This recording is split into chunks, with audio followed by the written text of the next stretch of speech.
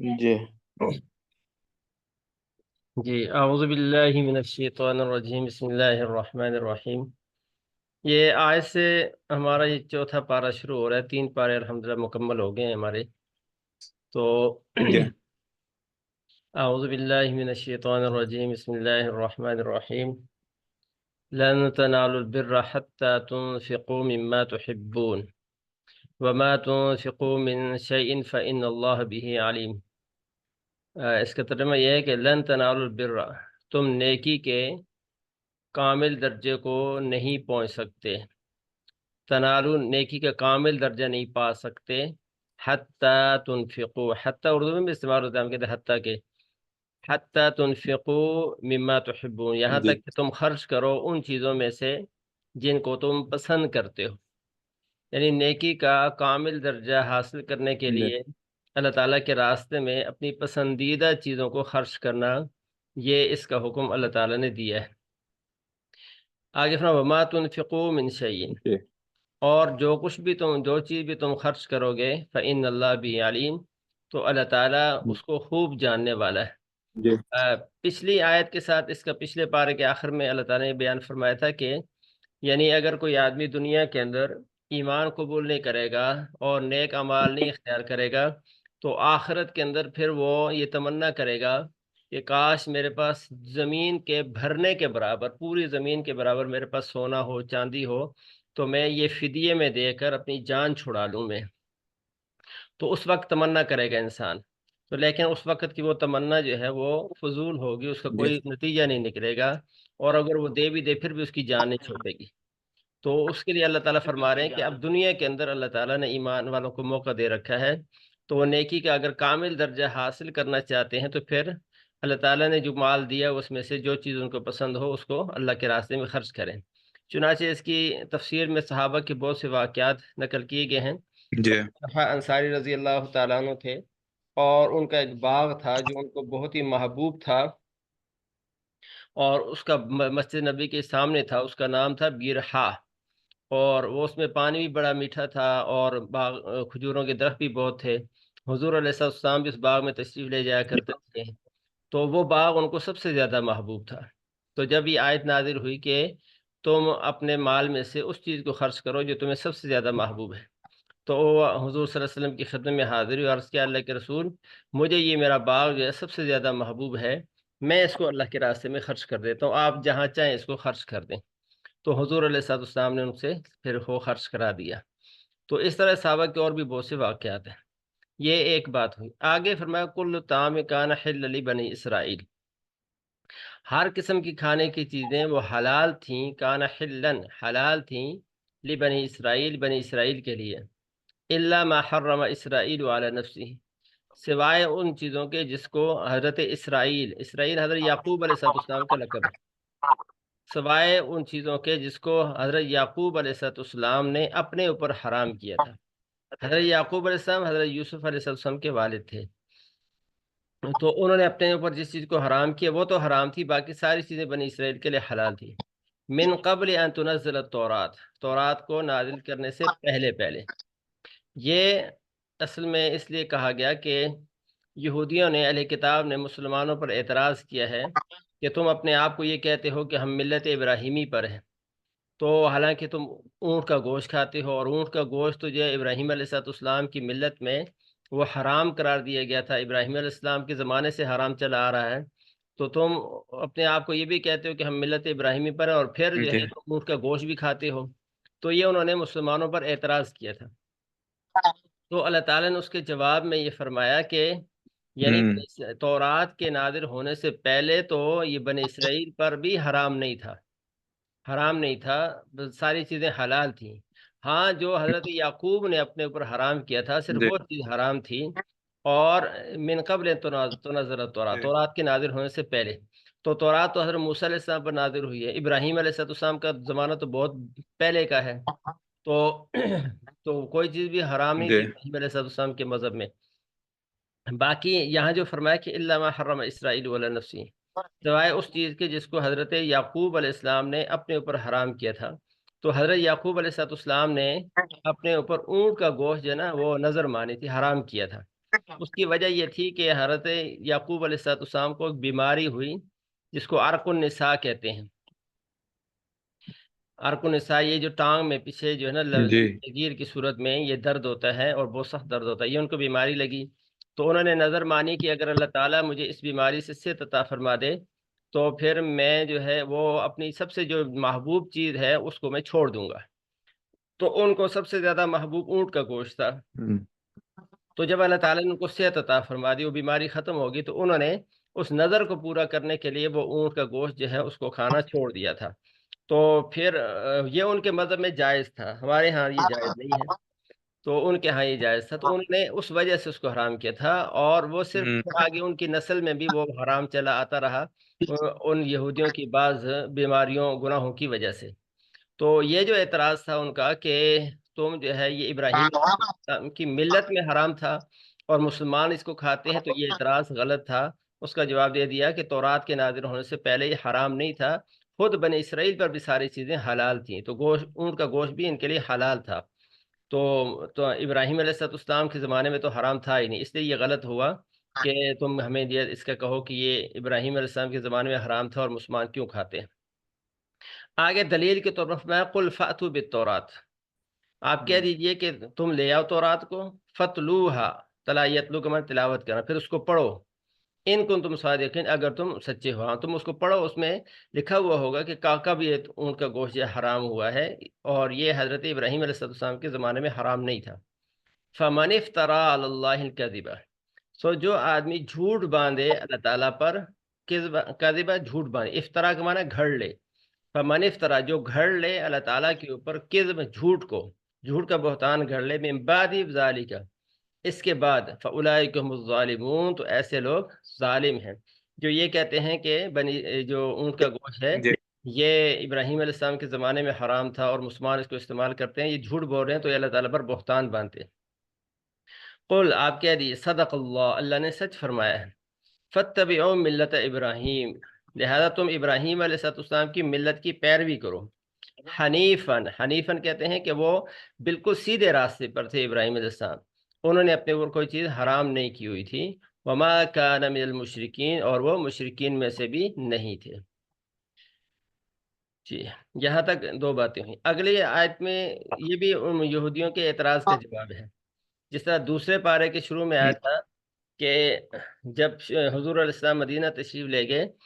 تو 16-17 مہینے تک تو حضور علیہ السلام جو ہے وہ بیت المقدس کی طرف منہ کر کے نمازیں پڑھتے رہے، اور اس کے بعد پھر اللہ جی تعالیٰ نے قبلہ کی طرف، بیت اللہ کی طرف منہ کرنے کا حکم دے دیا تو مدینہ کے اندر۔ پھر جب بیت اللہ کی طرف منہ کرنے جی کا حکم ہوا تو یہودیوں نے اعتراض کیا کہ یہ جو بیت المقدس ہے یہ تو سارے نبیوں کا قبلہ ہے، ابراہیم علیہ السلام کا قبلہ بھی یہی تھا اور ان کی ساری اولاد کا قبلہ یہی تھا، کہ تم نے نبیوں کے قبلے سے اپنا رخ پھیر دیا ہے اور مکہ کے اندر کعبہ کو تم نے اپنا قبلہ بنا دیا ہے۔ تو یہ انہوں نے اعتراض کیا تھا، تو اس کے جواب میں اللہ تعالیٰ یہ فرما رہے ہیں، ان اول بیت وضع للناس، بے شک پہلا وہ گھر، وضع جو بنایا گیا، للناس لوگوں کے عبادت کے لیے، للذی وہ وہی ہے، ببکہ تھا جو مکہ میں ہے، مبارکن جو جب سے بنایا اس وقت سے بڑی برکت والا ہے، وہ ہدن اور ہدایت بھی، ہدایت کا ذریعہ ہے، للعالمین تمام جہان کے انسانوں کے لیے، تمام جہان والوں کے لیے۔ تو یہاں فرمایا مکہ میں، جو یہاں مکہ کو بکہ کہا ہے اللہ تعالیٰ نے، اس لیے کہ بعض قبائل میں وہاں مکہ کو بکہ بھی کہا جاتا تھا، مکہ بکہ کے نام سے مشہور تھا، تو اس کے مطابق اللہ تعالیٰ نے بکہ فرما دیا۔ تو یہاں اللہ نے ان کے سوال کا جواب دے دیا کہ بیت المقدس جو ہے وہ سب سے پہلا گھر نہیں ہے، ابراہیم علیہ السلام کا بنایا ہوا قبلہ نہیں ہے، بلکہ ابراہیم سب سے پہلے تو دنیا میں سب سے پہلا جو گھر بنایا گیا ہے انسانوں کی عبادت کے لیے وہ تو بیت اللہ بنایا گیا ہے، جس کو حضرت آدم علیہ السلام نے بنایا تھا، اور پھر حضرت نوح علیہ السلام کے زمانے میں جب سیلاب آیا تو وہ بالکل وہ بھی منہدم ہو گیا تھا، گر گیا تھا، اس کی بنیادیں بھی ختم ہو گئی تھی، اور ابراہیم علیہ السلام نے بعد میں اس کو تعمیر کیا، اور جو بیت المقدس ہے وہ تو حضرت سلیمان علیہ السلام نے اس کی تعمیر کی ہے، اور سلیمان علیہ السلام کا زمانہ حضرت ابراہیم علیہ السلام کے زمانے کے بہت بعد کا ہے۔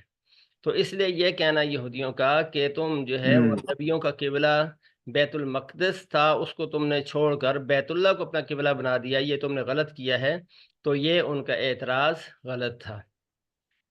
جی ایک دفعہ پھر دیکھ رہے ہیں، ان اول بیت، بے شک پہلا وہ گھر، وضع للناس، جو بنایا گیا لوگوں کے لیے، للذی، وہ ہے جو ببکہ تھا، مکہ میں ہے، ہدن، وہ مبارکن، وہ جب سے بنایا اسی وقت سے برکت والا ہے، وہ ہدن للعالمین، اور تمام عالم والوں کے لیے وہ ہدایت کا ذریعہ ہے۔ آگے اس کی خصوصیات اللہ تعالیٰ بتا رہے ہیں، فیہ آیات بینات، اس کے اندر خاص نشانیاں ہیں، خاص کھلی کھلی نشانیاں ہیں، آیات نشانیاں ہیں، بینات بڑی کھلی کھلی واضح۔ پہلی خصوصیت کیا ہے؟ مقام ابراہیم، اس میں مقام ابراہیم۔ اب مقام ابراہیم کیا چیز ہے؟ تو مقام ابراہیم اصل میں وہ پتھر تھا جس پر کھڑے ہو کے حضرت ابراہیم علیہ السلام بیت اللہ کی تعمیر کرتے تھے، اور اس پتھر کی خصوصیت یہ تھی کہ وہ پتھر جہاں اس کو ابراہیم علیہ السلام کو اونچا ہونا پڑتا تھا، دیوار اونچی ہو گئی ہے تو پتھر نیچے سے خود بخود جو ہے اونچا ہو جاتا تھا، اور جہاں ابراہیم علیہ السلام نے نیچے ہونا تھا تو پتھر خود بہت نیچے ہو جاتا تھا، اور اس پتھر کے اوپر حضرت ابراہیم علیہ السلام کے قدموں کے نشانات بھی تھے۔ تو اللہ تعالیٰ فرما رہے ہیں کہ اس میں ایک اللہ کی قدرت کی نشانیاں ہیں۔ پہلی نشانی مقام ابراہیم ہے، دوسری نشانی کیا ہے؟ من دخلہ کان آمنا، جو اس کے اندر داخل ہو جائے گا وہ مامون ہو جائے گا، محفوظ ہو جائے گا، امن اس کو مل جائے گا۔ لہذا بیت اللہ کے اندر جو بھی داخل ہو اس کو امن مل جاتا ہے، انسانوں کو بھی امن مل جاتا ہے، اسی طرح وہاں کے جو اندر کے جو شکار ہے اس کو بھی امن مل جاتا ہے، وہاں کی جو خضر و گھاس ہے اس کو بھی کوئی نہیں کھیڑ سکتا، حتیٰ کہ اسلام سے پہلے بھی مکہ والے اپنے سگے دشمن کو، باپ کے قاتل کو بھی اگر بیت اللہ میں دیکھ لیتے تو اس کو کچھ بھی نہیں کہتے تھے، اور بیت اللہ کے اندر جو ہے اس سے انتقام لینے کو بیت اللہ کی بے ادبی سمجھتے تھے۔ تو دوسری خصوص یہ بیان فرمائیے کہ من دخلہ کان آمنا، جو اس کے اندر داخل ہو جائے گا اس کو امن مل جائے گا۔ تیسری آگے خصوصیت یہ فرمائے، وَلِلَّهِ عَلَى النَّاسِ حِجُّ الْبَيْتِ، اور اللہ کے لیے لوگوں کے ذمے ہے بیت اللہ کا حج کرنا، من استطاع الیہ سبیلا، جو استطاعت رکھتا ہو اس کی طرف چلنے کی، راستے کی۔ تو بیت اللہ کی یہ تیسری خصوصیت ہے کہ صرف نمازوں کے لیے ادھر منہ نہیں کرنا، بلکہ جس آدمی کے اندر استطاعت ہو اور وہ آنے جانے کا اس کے پاس خرچہ بھی ہو، وہاں رہنے کا خرچہ ہو، اگر وہ اکیلا جا رہا ہے تو پیچھے جتنے دن اس کے ادھر لگیں گے اتنے دنوں کا بیوی بچوں کو خرچے کا انتظام بھی کر سکتا ہو، تو ایسے آدمی کے ذمہ حج کرنا زندگی میں ایک دفعہ فرض ہے۔ تو یہ بھی بیت اللہ کی خصوصیت ہے، اس لیے فرمایا للہ علی الناس، اللہ کے لیے لوگوں کے ذمے حج البیت، بیت اللہ کا حج ہے، من استطاع، جو استطاعت رکھتا ہو، الیہ، اس کی طرف چلنے کی، سبیلا، چلنے کی، ومن کفر، اور جو کوئی انکار کرے، انکار کرے کا مطلب یہ ہے کہ حج سے انکار کر دے یا حج کی فرضیت سے انکار کر دے، تو اس کے بارے میں فرمایا کہ فإن اللہ غنی عن العالمین، تو اللہ تعالیٰ جو ہے تمام جہان والوں سے بے پرواہ ذات ہے، وہ بیت اللہ کا حج نہ کرے یا اس میں حج کا انکار کرے تو اس سے اللہ تعالیٰ کا کوئی نقصان نہیں پہنچتا، اللہ تعالیٰ تو سب سے بے نیاز ہے، یہ اپنا ہی نقصان کرے گا۔ آگے فرمایا قل یا اہل کتاب لم تکفرون بآیات اللہ، اے اہل کتاب تم کیوں انکار کرتے ہو اللہ تعالیٰ کی آیات کا، لما تکفرون، لما کا مطلب کیوں، تکفرون، انکار کرتے ہو، بآیات اللہ، اللہ تعالیٰ کی آیات کا، واللہ شہید علی ما تعملون، اور اللہ تعالیٰ گواہ ہے ان چیزوں پر جو کچھ تم کرتے ہو۔ یہ یہودیوں سے آگے خطاب اہل کتاب سے بھی کہ حضور علیہ الصلوۃ والسلام کا پہلے تو انتظار کر رہے تھے کہ آخری نبی آئے گا، ہم ان پر ایمان لائیں گے، لیکن جب حضور علیہ السلام تشریف لے آئے اور آپ صلی اللہ علیہ وسلم کے اندر وہ ساری نشانیاں بھی انہوں نے دیکھ لی، تو پھر بھی اس کا انہوں نے جان بوجھ کر انکار کر دیا، اور صرف اس لیے انکار کیا کہ یہ ہماری برادری میں سے نہیں ہے، دوسرے قبیلے سے ہیں۔ تو اللہ تعالیٰ فرمایا کیوں انکار کرتے ہو اللہ تعالیٰ کی آیات کا؟ قل یا اہل کتاب، آگے فرمایا کہ اے اہل کتاب لما تصدون عن سبیل اللہ، تم کیوں روکتے ہو ان لوگوں کو اللہ کے راستے سے، من آمنا، اس آدمی کو جو اللہ کی ذات پر ایمان رکھتا ہے، تبغونہا عوجا، تم اللہ کے راستے میں کجی تلاش کرتے ہو، ٹیڑھا پن تلاش کرتے ہو، وانتم شہداء، اور تم جانتے بھی ہو کہ یہ تم غلط کر رہے ہو۔ تو یہ مسلمانوں کو اللہ تعالیٰ کے راستے سے ہٹانے کی مختلف کوششیں کرتے تھے، جس طرح پہلے بھی آ چکی ہے بات کہ آپس میں مشورہ کیا تھا کہ تم جو ہے صبح صبح ایمان لے آیا کریں گے اور شام کو کافر ہو جائیں گے، تاکہ مسلمان بھی ہمیں دیکھ کے اپنے دین سے پھر جائیں۔ تو یہ مختلف کوششیں کرتے تھے، اس کو اللہ تعالیٰ بیان فرما رہے ہیں۔ یا وَمَا اللَّهُ بِغَافِلٍ عَمَّا تَعْمَلُونَ، اور اللہ تعالیٰ بے خبر نہیں ہے ان کاموں سے جو تم کرتے ہو۔ یا ایھا الذین آمنوا، اے ایمان والو، ان تطیعوا فریقا من الذین اوتوا الکتاب۔ اچھا، اگلی بات یہ ہے کہ کیونکہ مدینہ کے اندر اسلام سے پہلے بھی دو بڑے قبائل رہتے تھے مشرکین کے، ایک اوس اور دوسرا خزرج، اور یہ اسلام سے پہلے ان کے آپس میں یہ مشرکین کے قبیلے تھے۔ باقی تین قبیلے بڑے بڑے وہ یہودیوں کے تھے، بنو قینقاع، بنو نذیر اور بنو قریظہ۔ تو یہ اوس اور خزرج جو قبیلے تھے مشرکین کے، ان کی آپس میں جنگیں ہوتی تھیں۔ جنگ بواس جو تھی ان کی بہت بڑی جنگ، کافی عرصہ تک چلتی رہی، اس میں ایک دوسرے کو قتل بھی کرتے تھے۔ تو بعد میں یہ مسلمان ہو گئے، اوس اور خزرج دونوں قبیلے مسلمان ہو گئے، آپس میں ان کی بڑی محبت پیدا ہو گئی۔ تو اس کے بعد جو ہے کفار کو، یہودیوں کو جو ہے اس سے بڑی تکلیف تھی کہ یہ آپس میں ان کی محبت جو ہے کیوں پیدا ہو گئی ہے۔ تو وہ موقع تلاش کر کے ان کو آپس میں دوبارہ پرانی باتیں یاد کرا کے ان کو آپس میں لڑانا چاہتے تھے، کیونکہ اسلام لانے کی وجہ سے یہ آپس میں یعنی بھائی بھائی بن گئے تھے اور دوست بن گئے تھے، آپس میں محبت پیدا ہو گئی تھی۔ تو وہ یہ چاہتے تھے کہ کسی طرح سے یہ دوبارہ جو ہے آپس میں لڑیں یہ۔ اور بعد دفعہ ایسا بھی ہوا کہ ایک یہودی تھا شماس بن قیس، اس نے جو ہے کسی جنگ کے موقع پر، وہ بھی ساتھ تھے، تو اس نے کچھ اشعار کہے اور اسی جنگ کے اشعار چھیڑے جس جنگ میں اوس اور خزرج نے آپس میں ایک دوسرے کو بہت قتل کیا تھا۔ تو اب اگرچہ یہ مسلمان ہوتے تھے، اس نے وہ اشعار پڑھ کے ان کو آپس میں لڑانے کی کوشش کر دی کہ یہ دوبارہ مسلمان آپس میں لڑ جائیں، پرانی جنگ، اور وہ لڑنے کے قریب بھی ہو گئے۔ تو اس پر اللہ تعالیٰ نے یہ آیت نازل فرما دی، فرمایا یا ایھا الذین آمنوا، اے ایمان والو، ان تطیعوا فریقا من الذین اوتوا الکتاب، اگر تم اطاعت کر لو گے ایک گروہ کی ان لوگوں میں سے جن کو دی گئی یہ کتاب، اوتوا الکتاب، یردوکم بعد ایمانکم، وہ تمہیں لوٹا دیں گے تمہارے ایمان لانے کے بعد، کافرین، کافر بنا کر، یعنی اگر تم نے ان کی بات مانی اور تم نے ان کے کہنے کی وجہ سے، شرارت کی وجہ سے آپس میں جھگڑا شروع کر دیا، تو پھر وہ جھگڑے پر ہی راضی نہیں رہیں گے، بلکہ اور بھی تمہیں جو ہے یہاں تک پیچھے لے جائیں گے کہ تمہیں کافر بنا کے چھوڑ دیں گے۔ اور آگے فرمایا وَكَيْفَ تَكْفُرُونَ، اور تم کیسے کفر کر سکتے ہو، وَأَنْتُمْ تُتْلَىٰ عَلَيْكُمْ آیَاتُ اللَّهِ، حالانکہ انتم تتلا علیکم، تمہارے اوپر تلاوت کی جاتی، تتلا تلاوت کی جاتی ہیں، علیکم تمہارے اوپر، آیات اللہ، اللہ تعالیٰ کی آیات، وفیکم رسولہ، اور تم میں اللہ تعالیٰ کا رسول بھی موجود ہے۔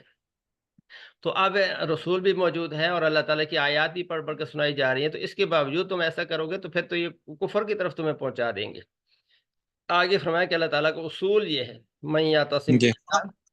جو اللہ تعالیٰ کے ساتھ مضبوطی سے چمٹ جائے گا، فقد ہدی الی صراط مستقیم،